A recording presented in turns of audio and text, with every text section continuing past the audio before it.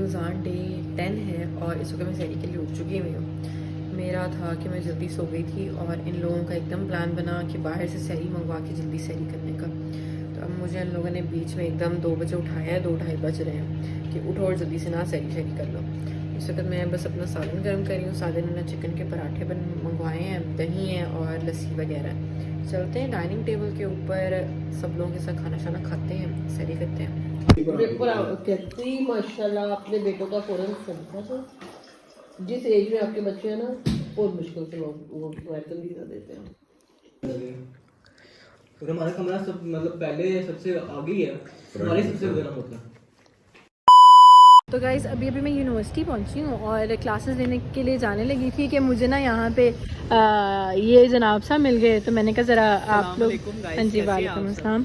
तो मैंने कहा थोड़े से दर्शन करवा दें आपके। यार कुछ भी नहीं, अभी गाड़ी पार्क की है, अब क्लास में जा रहा हूँ, वैसे ही थोड़ा सा लेट हो। हाँ नहीं, मैं भी सीधा क्लास में जा रही हूँ। आमना मेरा वेट ही कर रही है। घर से लेट, जिंदगी से लेट। यार ज़्यादा लेट नहीं होना शुरू हो गए। यकीन मानो सुबह मैंने बैंक के काम कर, लेकिन पता है फ़ायदा क्या है? फ़ायदा क्या है? टीचर्स कुछ कह नहीं रहे, कह रहे हैं 8वें सेमेस्टर में पहुंचे हैं। नहीं इसलिए भी नहीं कह रहे क्योंकि रमजान भी तो है ना यार, तो वो नहीं उठा जाता है वगैरह। खुशकिस्मती क्या चल रही है, मेरे पुराने टीचर्स वो मेरी हैबिट से जरा वाकिफ है, अब उनको ये भी पता है। यार आपकी तो खुशकिस्मती है ना कि आपको पुराने टीचर्स, हमारे सारे टीचर्स पुराने हैं। मतलब एक छोटी सी फैकल्टी है यार, वो टीचर्स मतलब आगे पीछे होते रहते हैं और बड़े अच्छे तरीके से हमें टीचर्स जानते हैं, तो उनसे तो कोई बात छुपी रह नहीं सकती है।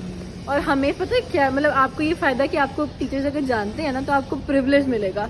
हमें अगर टीचर्स जानते हैं तो हमें बेइज्जती मिलेगी, क्योंकि वो फिर आपको कहेंगे हम आपको पहले से जानते हैं और आपकी करतूत पहले नहीं थे। प्रिविलेज मिले। अब कल क्या हुआ, मैं ना कहीं नमाज वगैरह पढ़ने के लिए चला गया, वो ना मेरा क्लास ऑलमोस्ट स्किप होने लगी थी। मुझे अजान का मैसेज आया, भाई जल्दी आ जा। मैं वापस गया हूँ, सर कहते हैं बेटा आप तो क्लास में नहीं थे, अजान तो कह रहा था कि अटेंडेंस देख ले मुस्तफ़ा आप देखा।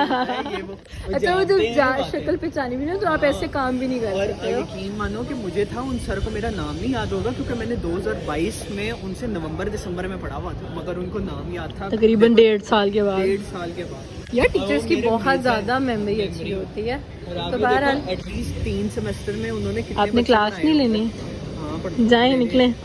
अल्लाह हाफिज़। चलें फिर हम भी क्लासेस वगैरह लेते हैं, उसके बाद आप लोगों से बातचीत करते हैं।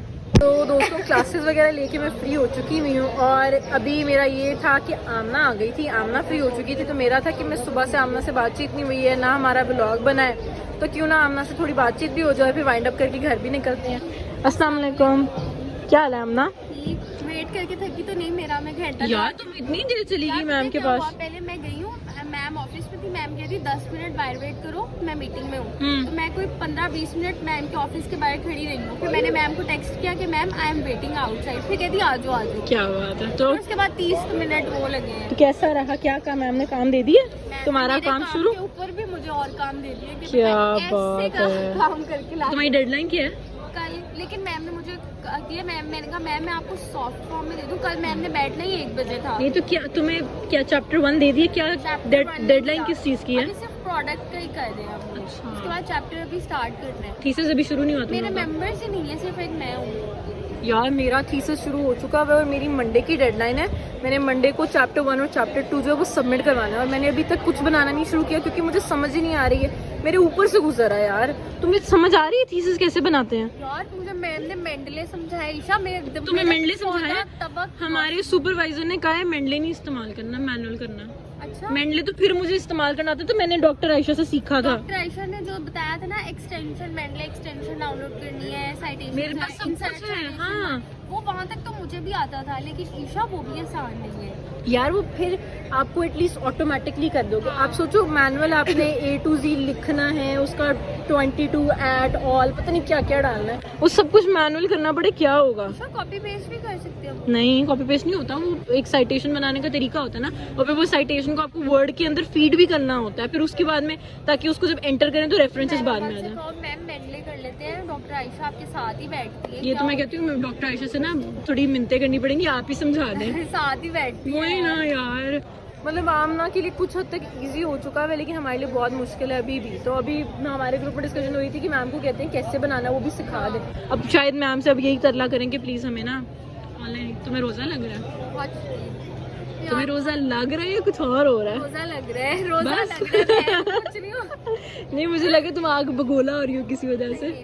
रोज़ा लग रहा है? हाँ वो कुछ टॉपिक्स हैं इस तरह के यार जले पे नमक। सब तो नहीं ना हम बता सकते, ना, और भी हर किसी की लाइफ में बहुत कुछ चल रहा होता है, चलना चलो पड़ता छोड़ो इन बातों को। सैरी क्या की थी? है। सहरी मैंने सहरी के बगैर रोजा है आज। 8 पैरा रोसा, क्या बात है। मैंने खाया था चिकन का पराठा फ्रॉम मजंग, और साथ मैंने पराठे के खाया था, क्या खाया था, कोई मामा ने घर में सालन बनाया था, वो खाया था मैं थोड़ा सा साथ। बहरहाल अभी हमारा घर जाने का टाइम हो चुका हुआ है। मैंने कहा हल्की फुल्की आमना से बातचीत कर लेते हैं यार, वरना तो बहुत ही बोरिंग से हमारे दिन गुजर रहे हैं, बोरिंग से व्लॉग्स निकल रहे हैं।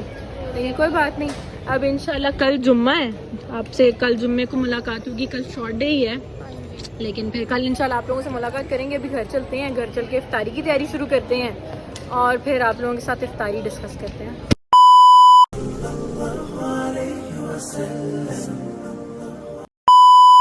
तो गाइज़ मैं घर आ गई थी, इफ्तारी वगैरह की तैयारी शुरू हुई तो मेरी नज़र पड़ी कि मुझे एला नहीं नज़र आ रही है। अब मैं तकरीबन 15 मिनट हो गए हैं एला को ढूंढ रही हूँ, वो कहीं भी नहीं मैं नज़र आ रही, समझ नहीं आ रही वो किधर चली गई है। या तो अगर घर से बाहर निकली हुई है घूमने फिरने के लिए तो वो भी उसका एक रिस्ट्रिक्टेड जगह है, वहाँ पे वो नज़र आ जाती है कि उस एरिया में हो, वहाँ पे भी नहीं है, और अभी घर पे भी नहीं मिल रही है। मुझे तो अब टेंशन हो रही है, और 15 मिनट में इफ्तारी भी, अंधेरा भी होने वाला है, तो ज़रा इसको ढूंढते हैं, आप लोगों को साथ साथ अपडेट करते हैं किधर है ये।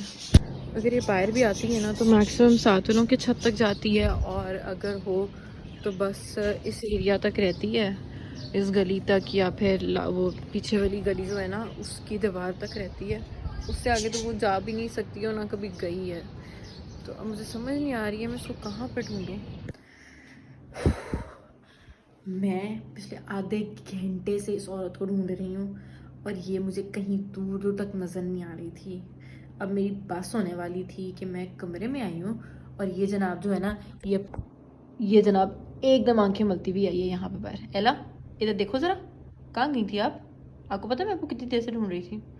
हैं किधर तुमने नई जगह कहाँ ढूंढ ली है छुपने की?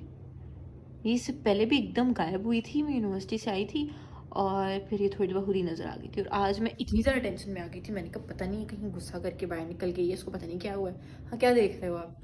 हैं क्या देख रही हो, क्या देख रहे हो? शुक्र है तुम वक्त ही मिल गई, और मैं जा रही हूँ इफ्तारी की तैयारी शुरू करते हैं यार, मम्मा ने बेइज्जती करनी है। ये मैडम मिल चुकी हुई है, अपडेट ऑन एला। एला एला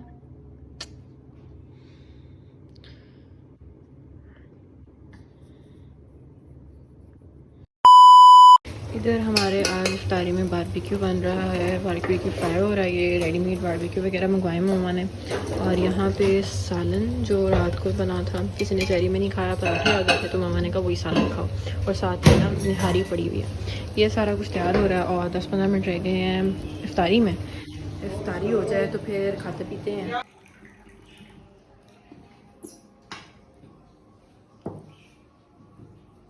इफ्तारी से पहले जो मुझे बॉम्ब मिला था ना एला की वजह से, मैं इतनी को उस वजह से ना टेंशन में आ चुकी हुई थी कि बस मैंने इफ्तारी की है और मेरा ना सर चकरा रहा है लिटरली। खाना खाने के बाद जैसा होता नहीं है इफ्तारी के बाद, आप लोगों को पता ही है यार, इफ्तारी के बाद एकदम नींद आना शुरू होती है, और अब मेरा सर दर्द हो रहा है। मेरा प्लान है कि मैं सोती हूँ और अब मैं कुछ भी नहीं कर रही हूँ, एला मैडम भी सामने बैठी हुई है। अब इंशाल्लाह ना सहरी के वक्त ही आप लोगों से बातचीत होती है। अल्लाह हाफ़िज़।